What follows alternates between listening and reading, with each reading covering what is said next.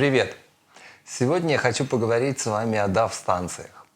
Очень много редакторов сейчас в последнее время появилось. Я выделил основных 5 редакторов и немножко сегодня о них расскажу вам.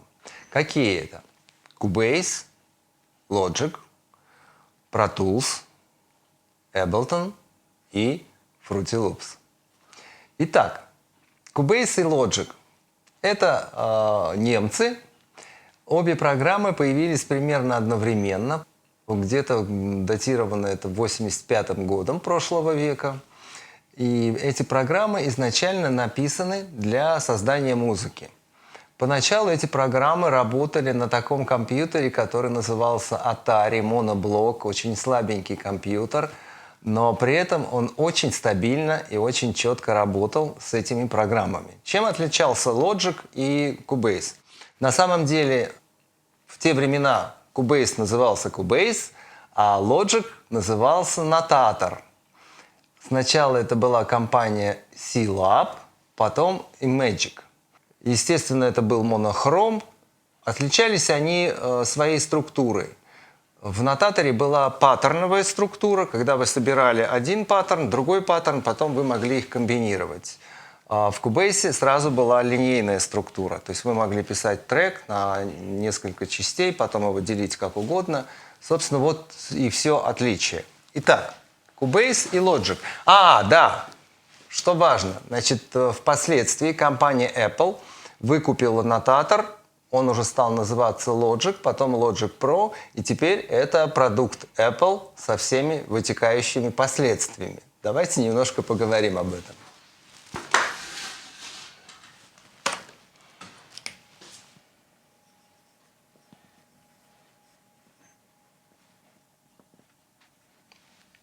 Итак, Cubase. Появление программы Cubase датируется примерно 85-87 годом. Logic появился примерно тоже в это время. Мало того, что, по-моему, если я не путаю, но офисы компании Cubase это Steinberg, Logic это C-Lab, находились через дорогу друг от друга. Итак, Cubase, платформа Mac PC. Работает одинаково хорошо и на платформе Mac, и на платформе PC. Logic, как вы понимаете, поскольку это продукт Apple, это только Mac. И Pro Tools, это программа, которая появилась существенно позже Cubase и Logic, и появилась она примерно в 1991 году в двухканальной версии, а многоканальная версия еще позже появилась. Если программы Cubase и Logic изначально делались для написания музыки и создания аранжировок, то программа Pro Tools делалась под работу аудио. И вообще концепция Pro Tools – это работа с видео. То есть они полностью захватили рынок постпродакшн. Все кино во всем мире, в Голливуде и в России, в Германии, в Европе – все, что вы смотрите, делается внутри программы Pro Tools. То есть это индустриальный стандарт. Ну и мы сейчас поговорим, сначала мы обсудим программы, а потом я расскажу о том, как, собственно, выбрать ту программу, которая для вас предпочтительна. Итак, Pro Tools существенно позже, и работала она только с аудио. Если здесь было и MIDI, и аудио, то здесь только аудио. Сейчас она поддерживает платформы и Mac, и PC, но изначально она была написана под платформу Mac. Концепция Pro Tools состояла в том, что они очень тесно связали железо с софтом. Из-за этого система у них, работая на платформе Mac, получилась очень надежной, очень стабильной и очень требовательной к компьютеру и к железу. То есть они работали только со своим железом. Pro Tools работал. Потом, впоследствии, как и любая компания, они хотели продавать своего продукта больше и больше и больше, и они постепенно начали отвязывать софт от железа. То есть сейчас вы можете поставить Pro Tools что на Mac, что на PC, не привязываясь к железу. Раньше она работала только со своим железом DigiDesign, и поддерживала только свое железо и так далее. Вообще уникальность самой этой программы в том, что многие ее функции, они привязаны к тому железу, которое они продают. И в версии HD она стоит как самолет. Самая дешевая из этих программ – это Logic. У нее цена примерно $200. Лицензия. Pro Tools, насколько я помню, у них есть сейчас абонентская плата. Вы можете, по-моему, за $15 в месяц купить, платить $15 и пользоваться программой Pro Tools. Основная версия порядка $300 стоит. 300-350. Программа Cubase в версии Pro стоит порядка 600-700 евро. Одна из самых дорогих. Но есть хорошая новость. У них есть версия Elements, которая стоит $100. И есть версия Artist, которая стоит примерно половину вот от этой цены. Чем же они все-таки хороши и чем они отличаются? Посмотрите, если мы возьмем Pro Tools, она изначально написана под работу аудио.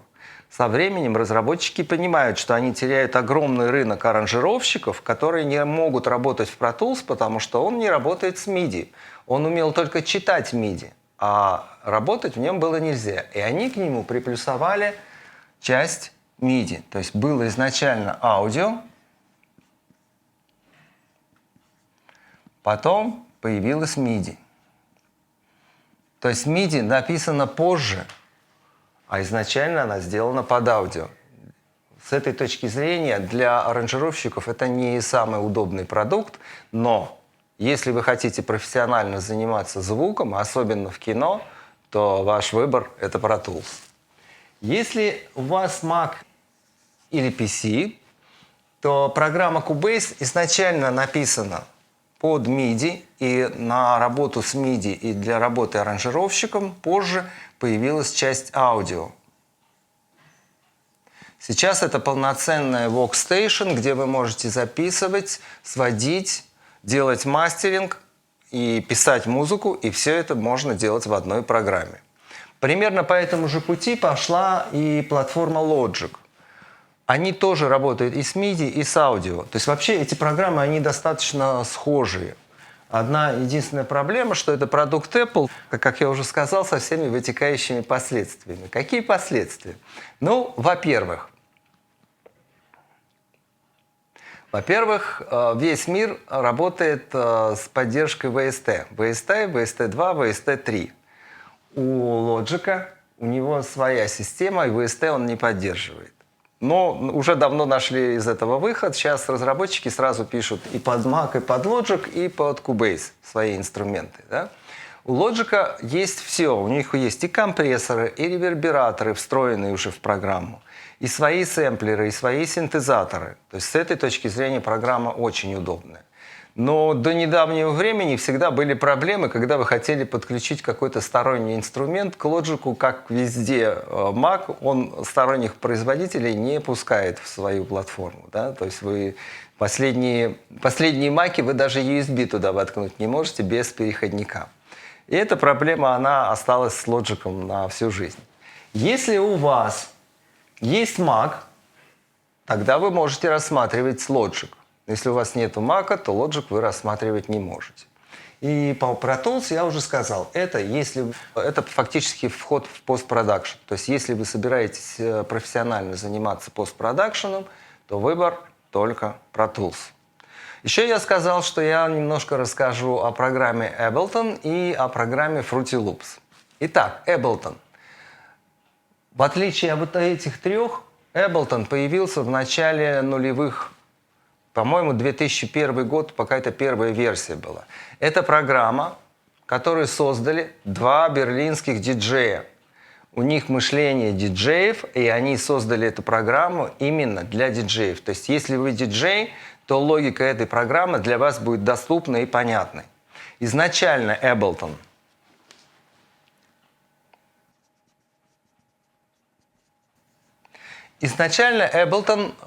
была предназначена для работы диджеев в клубе.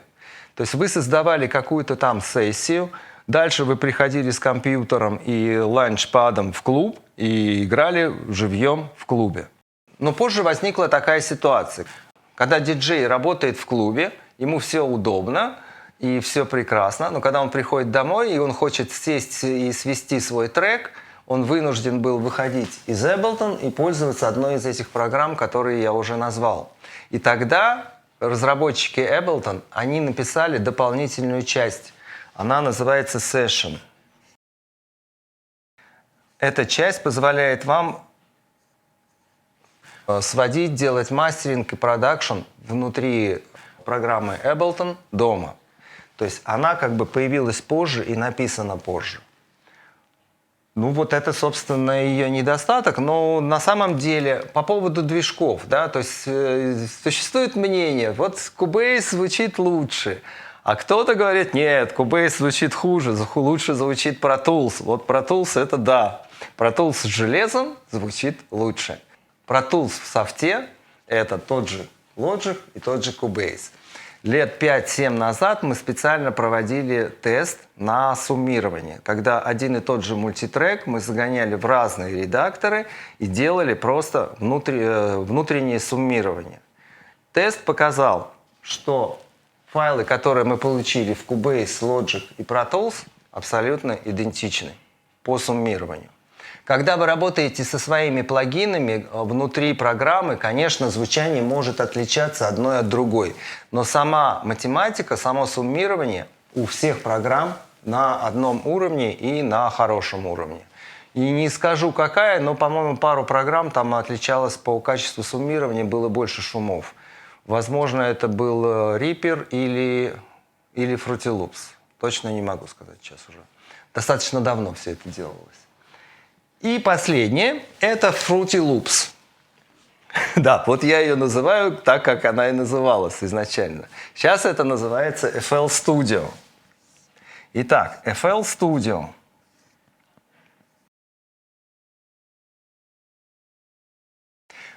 Появилась она тоже где-то в 90-е или в нулевые. И, собственно, программа, почему она называлась Fruity Loops?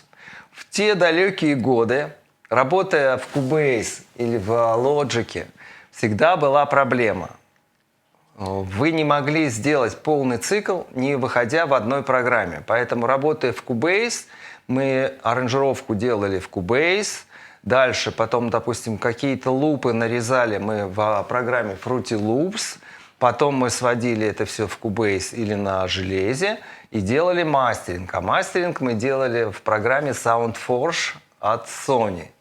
И получалось, что звукорежиссер того времени, он постоянно переключался между разными программами. Он вынужден был знать и эту программу, и эту программу, и эту программу. На сегодняшний день такой проблемы нет, потому что внутри любой DAW-станции вы можете сделать полностью замкнутый цикл от начала и до конца. Вот. Тем не менее, в те годы программа FL Studio, Fruity Loops, она нас очень выручала, потому что с лупами она работала гораздо лучше, быстрее и удобнее, чем тот же Cubase. Со временем необходимость перехода из одной программы в другую, она отпала сама по себе. И тогда разработчики Fruity Loops стали развивать свою программу не как программа для работы с лупами, а как программа для полного продакшена. Но изначально-то она сделана для работы с лупами, поэтому все, что касается пультов, сведения, там это все очень сложно и неудобно. Поэтому я бы не стал останавливаться на Fruity Loops. Есть еще один нюанс. В принципе, программа Fruity Loops достаточно простая, легкая, причем есть масса бесплатных версий. И из-за этого, то есть если вы утром открыли Fruity Loops, то к вечеру вы запишете свой первый трек. И он будет достаточно хорошего качества. Но боюсь, что если вы останетесь во Fruity Loops, то трек, который вы напишете через год, будет примерно того же качества, которое вы написали в первый день. То есть эта программа немножко не дает вам развиваться дальше, уходить глубже и вникать в технику и процесс сведения и мастеринга глубже, чем позволяет сама программа. Сейчас я вас удивлю. По популярности. Самая популярная программа из всех этих 5 – это Fruity Loops. Причина в ее доступности и простоте. То есть, если мы возьмем, посмотрим запросы Google, то по FL Studio у вас будет примерно 350 тысяч запросов в месяц. Ну, цифры условные, меня каждый может сейчас критиковать за то, что я указываю эти цифры. Да? Я просто хочу показать соотношение, как одна программа соотносится к другой. 350 тысяч запросов в месяц. Если говорить о втором месте, то на втором месте это Cubase или Ableton. Они примерно одинаковые, и это порядка 50 тысяч запросов в месяц. Logic на третьем месте из-за того, что не поддерживает PC. Это совершенно очевидно и понятно, особенно это для России актуально, потому что у нас маков гораздо меньше, чем платформа PC. И на последнем месте будет Pro Tools. Это слишком профессиональный редактор, плюс у него архитектура и его мозги, они заточены под мышление инженера. И для музыканта Cubase и Logic намного более дружелюбная программа, нежели Pro Tools. Pro Tools в этом отношении для музыкантов она слишком сложная и непонятная, потому что там больше технические мозги нужны, нежели мозги музыканта и аранжировщика. Таким образом, подытожим. Значит, если у вас есть Mac, я бы, наверное, вам посоветовал либо Logic, либо Cubase. Примерно одинаковые редакторы и по функционалу, и по тому, что они умеют делать. Если у вас нет Mac, то я рекомендую Cubase. Если вы хотите заниматься постпродакшеном профессионально звуком, переходите на Pro Tools. Если вы диджей и вам это понятно, мышление диджейское, значит ваш выбор Ableton. Если вы начинающий музыкант и вы хотите просто что-то попробовать, берите FL Studio. Но советую с FL Studio слезть как можно раньше. Если хотите развиваться дальше профессионально, после FL Studio следующая ступенька – это одна из 4 программ, которые я назвал. Надеюсь, обзор был интересным. Подписывайтесь на мой канал, ставьте лайки, жмите на бубенчики, приходите ко мне учиться. Пока. Всем хороших миксов.